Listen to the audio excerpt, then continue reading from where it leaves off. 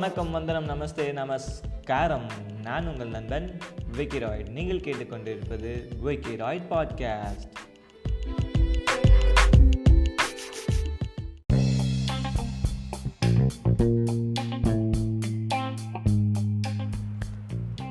அனைவருக்கும் இனிய இரவு வணக்கங்கள். இந்த இனிமையான இரவு நேரத்தில் நான் உங்களோட இணைஞ்சிருக்கேன் விக்கி ராய்ட். நீங்கள் கேட்டுக்கொண்டிருப்பது விக்கி ராய்ட் பாட்காஸ்டின் விக்ரம் வேதா.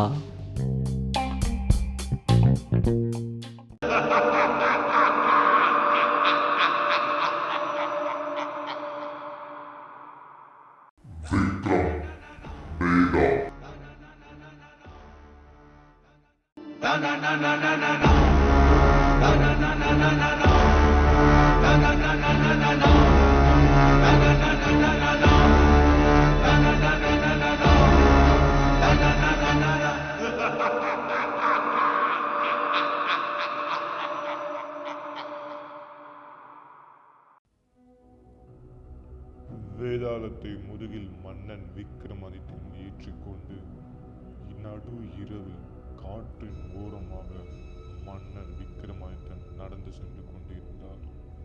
அப்பொழுது வேதாளம் தனது முதல் கதையை கூறத் தொடங்கியது.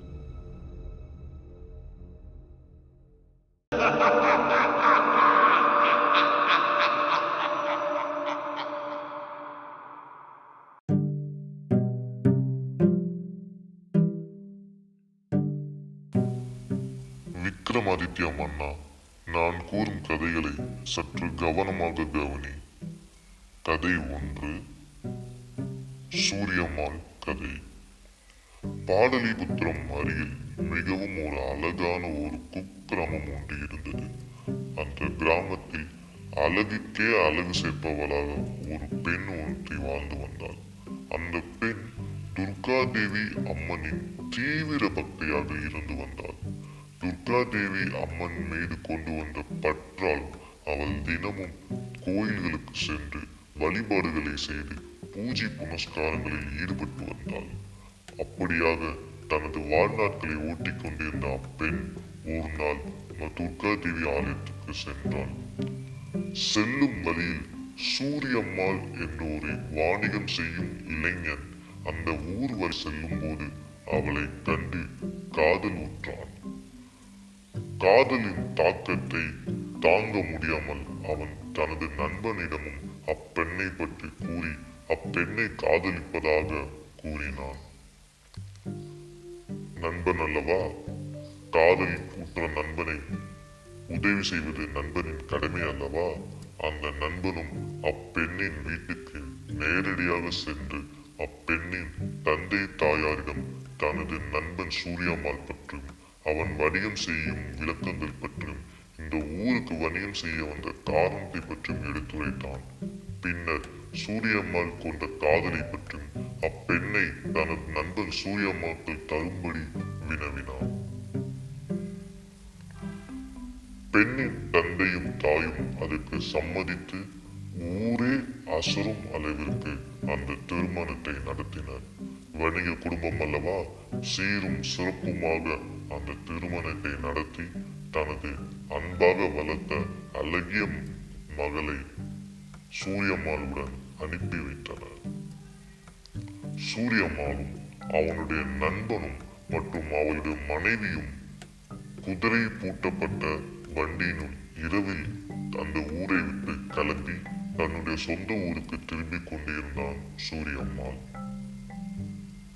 நடுநசி இரவில் வண்டி சென்று கொண்டிருந்த பாதையில் திடீரென ஒரு சத்தம். அந்த சத்தம் யாதெனில் கல்வர்கள் சூழ்ந்து கொண்டு சூரியம்மாளையும் சூரியம்மாளிடம் இருந்த பணத்தையும் சூரியம்மாள் மனைவியிடம் இருந்த நகைகளையும் பறிக்கலாயினர். அதன் மிகுதியில் சண்டை முற்றவே சூரியம்மாளையும் அவனுடைய நண்பனையும் கல்வர்கள் தலை தனியாக முண்டம் தனியாக வெட்டி வீழ்த்தினார்கள். இதை கண்முன்னே கண்ட சூரியம்மாளின் மனைவி அந்த அழகிய பெண் மிகவும் கூச்சலிட்டு கதறி அழுதாள். தன் கண்முன்னே தான் கணவன் இறந்ததை எண்ணி மிகவும் துன்புற்றாள். துன்பத்தின் மிகுதியால் கடவுளையும் மற்றவர்களையும் சாடினாள். அவள் தன்னுடைய சிறு வயதிலிருந்து வணங்கி வந்த துர்காதேவி அம்மையும் சாடினாள். துர்காதேவி அம்மனிடம் மிகவும் துன்பத்தில் இருந்த பெண் கஷ்டமாக வேண்டி, நீ எல்லாம் ஒரு தெய்வமா? என் கண் முன்னே என் கணவனை வெட்டி வீழ்த்தி விட்டார்களே, இத்தனை நாள் நான் உனக்கு செய்த பூஜை புனஸ்காரங்களுக்கு நீ செய்யும் பலனா இது என்று வினவினாள். உடனே சற்றே துர்காதேவி அம்மையார் சூரியம்மாள் மனைவியின் முன் தோன்றி, உனக்கு என்ன வரம் வேண்டும் கேள், நான் உனக்கு தருகிறேன் என்று கூறினாள். சூரியம்மாள் இறந்த இருவரும் உயிரோடு வர வேண்டும் என்று வினவினாள்.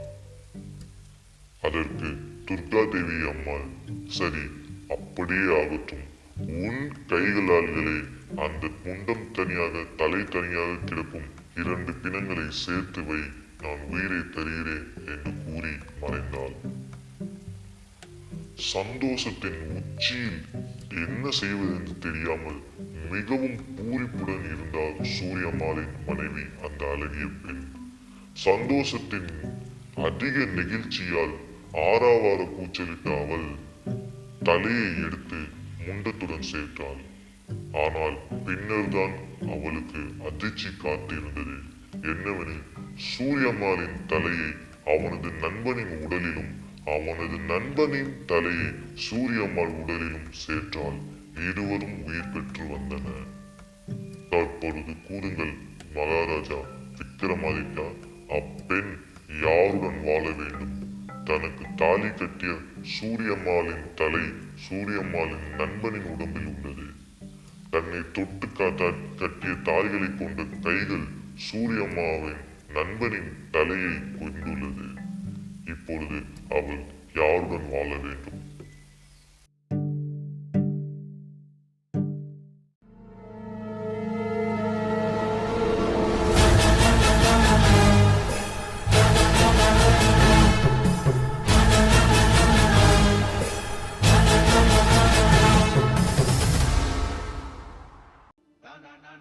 இக்கதையை கேட்க நம் விக்ரமாதித்ய மன்னன் சற்றே அதிர்ந்து போனான். ஏனெனில் தன்னை தொட்டு தாலி கட்டிய கைகள் இன்னொருவன் தலையை தாங்கிக் கொண்டிருக்கின்றது. தன் யார் முகத்தை பார்த்து திருமணத்திற்கு சம்மதம் தெரிவித்தாலோ அந்த தலை இன்னொருத்தனின் உடலில் உள்ளது. இப்படிப்பட்ட ஒரு கஷ்டமான சூழ்நிலையில் அப்பெண் யாருடன் வாழ வேண்டும் என்று கேட்ட கேள்வி, வேதாளத்தின் கேள்வி நம் மன்னன் விக்ரமாதித்தனை சற்றே யோசிக்க வைத்தது. சில மணித்துளிகள் யோசித்த நம் மன்னன் விக்ரமாதித்யன் உடனடியாக அந்த விடையை கூறினார்.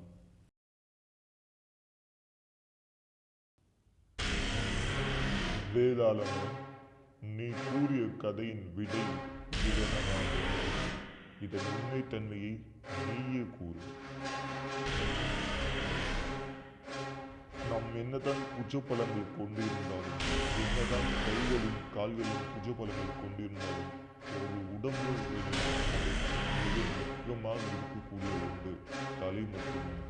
தலையில்லாத உடம்பு முண்டம் என்று இருக்கிறோம். ஆனால் முண்டமில்லாத தலையை எப்படியாவது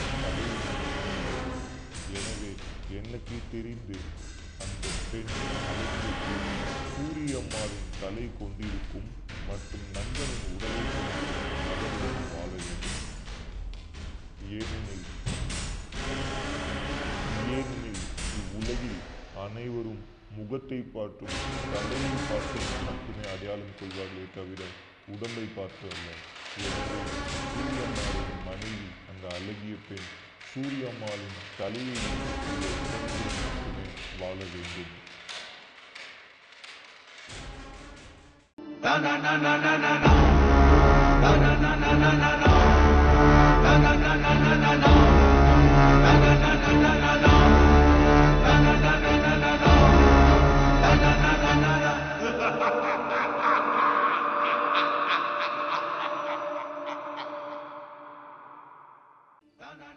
இவ்விடையை சற்றும் எதிர்பார்த்திராத வேதாளம் அதிர்ந்து போனது.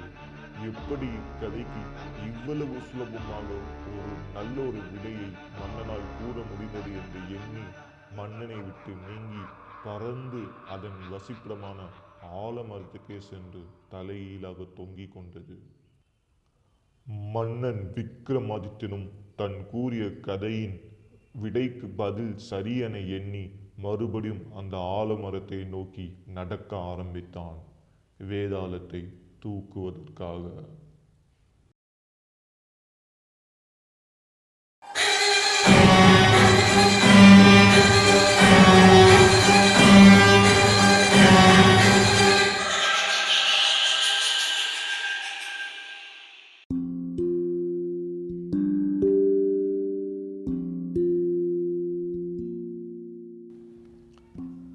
வணக்கம் மக்களே, வேதாளத்தோட கதையை கேட்டிருப்பீங்கன்னு நினைக்கிறேன். அதுக்கு விக்ரமாதித்தன் மன்னன் கூறிய பதிலையும் நீங்கள் கேட்டிருப்பீங்க.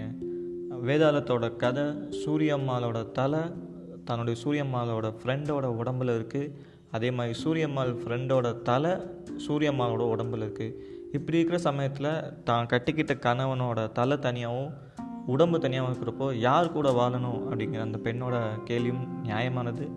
அந்த கேள்விக்கு வேதாளத்துக்கு பதில் கூறும் விதமாக விக்ரமாதித்தன் சொன்ன விடையும் மிக சால சிறந்ததுன்னு தான் நானும் நினைக்கிறேன். காரணம் என்ன அப்படின்னு பார்த்தீங்கன்னா, நம்மளே இப்போ பார்த்தீங்கன்னா நம்மளை வந்து எல்லோரும் பார்த்தவொன்னே விஷ் பண்ணுறது, குட் மார்னிங் குட் ஆஃப்டர்நூன் சொல்கிறது எல்லாமே வந்து பாடியை பார்த்துருக்காது, கண்டிப்பாக நம்மளோட ஃபேஸ், அதாவது தலையை பார்த்து தான் இருக்கும். நம்ம தலையை பார்த்து தான் இவன் விக்கிறாய்டு, இவன் அவன், இவன் இந்த பொண்ணு அப்படின்னு சொல்லி நம்மளுக்கு தெரிய வருது. ஸோ தலை வந்து ரொம்ப முக்கியமான ஒரு பொருள் தான். இந்த இதில் சயின்ஸை பற்றி நீ என்னடா சொல்ல போகிற அப்படின்னு கேட்டிங்கன்னா, கண்டிப்பாக நம்மளால் இதில் சயின்ஸ் புரிஞ்சிருக்கு. இதில் இருக்கக்கூடிய சயின்ஸ் என்னென்னா, இதில் சயின்ஸுக்கே ஒரு சவாலான ஒரு கதை அப்படின்னா இந்த கதையை சொல்லலாம். காரணம் என்ன, தலையை வெட்டி கண்டிப்பாக சேர்க்குற டெக்னாலஜி நம்மளில் இன்னும் வரவே இல்லை. தலையை அதே மாதிரி தனியாக வெட்டிட்டு அவங்கள வந்து பாடியை சேர்க்க முடியுமானா இப்போ வரைக்கும் சாத்தியம் இல்லை. ஸோ அதை பார்க்கும்போது இதுக்கும் சயின்ஸுக்கும் சம்மந்தம் இல்லாமல் தான் இருக்கும். ஆனால் விக்ரமாதித்தன் அது கதை இல்லையா, அது வேதாளத்தோட கதை எப்படினாலும் இருக்கணும். ஆனால் அந்த கதைக்கு தேவைப்படக்கூடிய பதில் தான் சரியான பதிலாக இருக்கணும். அந்த பதில் தான் விக்ரமாதித்தன் மன்னன் சரியாக கொடுத்துருக்கான்னு நினைக்கிறேன். காரணம் என்ன அப்படின்னா, விக்ரமாதித்தன் கூறிய பதில் என்னென்னா, தலை சூரியம்மாளோட தலை எந்த உடம்புல இருக்கோ அதுதான் வேணும். அதே மாதிரி சூரியம்மாளோட தலை தான் வந்து முக்கியம், ஒரு உடம்புக்கு வந்து தலை முக்கியம் அப்படின்னு சொல்லி சொன்னது ரொம்ப சரியான பதில். காரணம் என்னென்னா, நம்மளுடைய பாடியில் எல்லா மூமெண்ட், எல்லா மாதிரியான ஆக்டிவிட்டீஸை கண்ட்ரோல் பண்ணுற சென்ட்ரல் பார்ட் எது அப்படின்னா பிரெயின் தாங்க. நம்மளுடைய எல்லா ரொட்டீன் டே, இப்போ காலையில் எஞ்சதுலேருந்து நைட்டு படுக்கிற வரைக்கும் நம்மளுக்கு நடக்கக்கூடிய விஷயங்களையும் நம்மளுக்கு நடக்கக்கூடிய எல்லாத்தையுமே வந்து ரெக்கார்ட் பண்ணக்கூடிய ஒரு சென்டர் அப்படின்னு பார்த்தீங்கன்னா அது வந்து பிரெயின் தான். அது மட்டும் இல்லாமல் அந்த பிரெயின் நம்ம பாடியில் நடக்கக்கூடிய பல மெட்டபாலிசம் ஆக்டிவிட்டீஸையும் பல லங்ஸ் ஆர்கன்ஸோட ஆக்டிவிட்டீஸையும் கண்ட்ரோல் பண்ணுறதே அதுதான். அதனால தான் வந்து அதை வந்து CNS அப்படின்னு சொல்லி சயின்டிஃபிக் டேர்ம்ஸை சொல்லுவாங்க, சென்ட்ரல் நியூரல் கோஆர்டினேஷன் சிஸ்டம். அதுதான் வந்து CNSோட ஃபுல் ஃபார்ம். அந்த CNSோட ரோல் என்ன அப்படின்னா, நம்ம கண்ணு பார்க்குறத அனலைசிஸ் பண்ணுறதுலேருந்து, நம்ம மூச்சு சுவாசிக்கிறத அனலைசிஸ் பண்ணுறதுலேருந்து, நம்ம நாக்கு பேச வேண்டிய மொழியினை க்ரியேட் பண்ணுறதுலேருந்து, ஒருத்தவங்க பேசுனதை நம்ம காதில் கேட்குறதுலேருந்து எல்லாத்தையுமே ப்ராசஸ் பண்ணி, அதாவது மல்டி ஃபங்க்ஷன் ஒர்க்கு பண்ணக்கூடியதான் பிரெயின். இந்த பிரெயின் இது மட்டுமோட கண்ட்ரோல் பண்ணாமல் மற்ற நம்மளோட லங்ஸு, கிட்னிஸு, ஸ்டோன்ஸு எல்லாத்தையுமே வந்து ஸ்டொமக்ஸு, இந்த மாதிரி எல்லா ஆர்கன்ஸையுமே வந்து பிரெயின் வந்து கண்ட்ரோல் பண்ணிகிட்டு இருக்குது. நம்மளுக்கு பசிக்கிற நேரத்தில் பசி அப்படின்னு சொல்லி சொல்கிறது நம்மளுக்கு மூளை தான். அதே மாதிரி ஏதாச்சும் ஒன்று கத்தியோ ஏதோ குத்துனாலும் அப்படின்னு சொல்லி கத்துற வலியை தூண்டி விடுறதும் மூளை தான். ஸோ எல்லாத்துக்குமே ஆதாரமாக இருக்கிறது மூளை தான். இந்த மூளை எங்கே மறைஞ்சிருக்கு, எங்கே பாதுகாப்பாக இருக்குது அப்படின்னா நம்மளோட கபாலம் சொல்லக்கூடிய தலையில் தான். ஸோ நம்மளோட தலையை பொறுத்து தான் வந்து நம்மளுடைய பேர் எல்லாமே சொல்கிறாங்களே தவிர உடம்பை பொறுத்து இல்லை. ஸோ தலை யாரு கூட அட்டாச்சாக இருக்கக்கூடியோ அவங்க உடம்போடு தான் வந்து சூரியம்மாவோட மனைவி வாழணும்னு சொன்ன விட என்னை பொறுத்தளவுக்கு சரியானதாக இருக்குது. சயின்டிஃபிக் ரீதியாகவும் சரியான ஒரு பதிலாக இருக்குது. இதை விட இதை கிளியராக இன்னும் நம்ம பார்த்தோம் அப்படின்னா, நம்மளுடைய பேர் வந்து நம்மளுக்கு சொன்னது யார் அப்படின்னா, நம்மளுடைய சுற்றி இருக்கவங்க நம்ம பேரை சொல்லி நம்மளுடைய பேர் இது தான் அப்படின்னு சொல்லி நம்மளுக்கு வந்து மைண்டில் ஏற்றிருப்பாங்க. இப்போ விக்ராய்டு அப்படிங்கிறது என்னோட பேர் அப்படின்னா, என்னை சுற்றி இருக்கவங்க விக்ராய்டுன்னு சொல்லலாம். என்னுடைய பேர் எனக்குள்ளே ஞாபகம் இருக்குது. இந்த ஞாபகம் வச்சக்கூடிய திறன் எதோடதுன்னா மூளையோடது. இந்த மூளையில் கூட என்னுடைய ஞாபக சக்தியை ரிமூவ் பண்ணிட்டா நான் யாருன்னு எனக்கு தெரியும். அதுதான் கோமா பேஷண்ட்டு எந்திச்சாலும் சரி, இல்லை பழச ஞாபகத்தவங்க வந்தாலும் சரி, அவங்களுக்கு எந்த ஒரு விஷயமே ஞாபகம் இல்லை அப்படின்னா அவங்க வந்து they are starting the life from zero. அவங்களுடைய வாழ்க்கையை வந்து பூஜ்ஜியத்துலேருந்து ஆரம்பிக்கிறாங்கன்னு தான் அர்த்தம். அப்படி பூஜ்ஜியம் அப்படின்னா அவங்களுடைய வாழ்க்கையே மொத்தமாக பூஜ்ஜியம். இப்போ நினச்சிப்பாங்க, உங்களோட மூளையில் இருக்கக்கூடிய உங்களுடைய ஞாபகங்களை நம்ம ரிமூவ் பண்ணிட்டோம் அப்படின்னா நீங்கள் வந்து ஜீரோ ஆயிடுவீங்க, எம்டி டிஸ்கமாகி ஆயிடுவீங்க. அதில் புதுசாக தான் ரெக்கார்ட் பண்ண போகிறோம். அப்படிங்கும்போது உங்களோட வாழ்க்கை புது வாழ்க்கையாக தான் இருக்கும். ஸோ சூரியம்மாள் அப்படிங்கிறோட வாழ்க்கையை வந்து அந்த மூளையை சேர்ந்ததே தவிர உடம்பை சேர்ந்தது இல்லை. ஸோ அந்த மூளையோட சேர்ந்த அந்த வாழ்க்கையை வந்து வாழணும் அப்படின்னா சூரியம்மாளோட மனைவி சூரியம்மாள் இருக்கக்கூடிய தலையை இருக்கக்கூடிய உடம்போடு தான் வாழணும். இது சயின்டிஃபிக் ரீதியாகவும் சரியான ஒரு ஆன்சராக தான் எனக்கு படுது. ஸோ இந்த மாதிரி பல கதைகளை சுவாரஸ்யமாக கேட்கவும் அதுக்கான பின்னாடி விடைகளுக்கு பின்னாடி இருக்கக்கூடிய சயின்டிஃபிக் ரீசன்ஸை தெரிஞ்சுக்கிறதுக்கும் பாட்காஸ்ட்டை கண்டினியூ பண்ணுங்கள். Stay tune. This is Vicky ராய்ட் பாட்காஸ்ட்.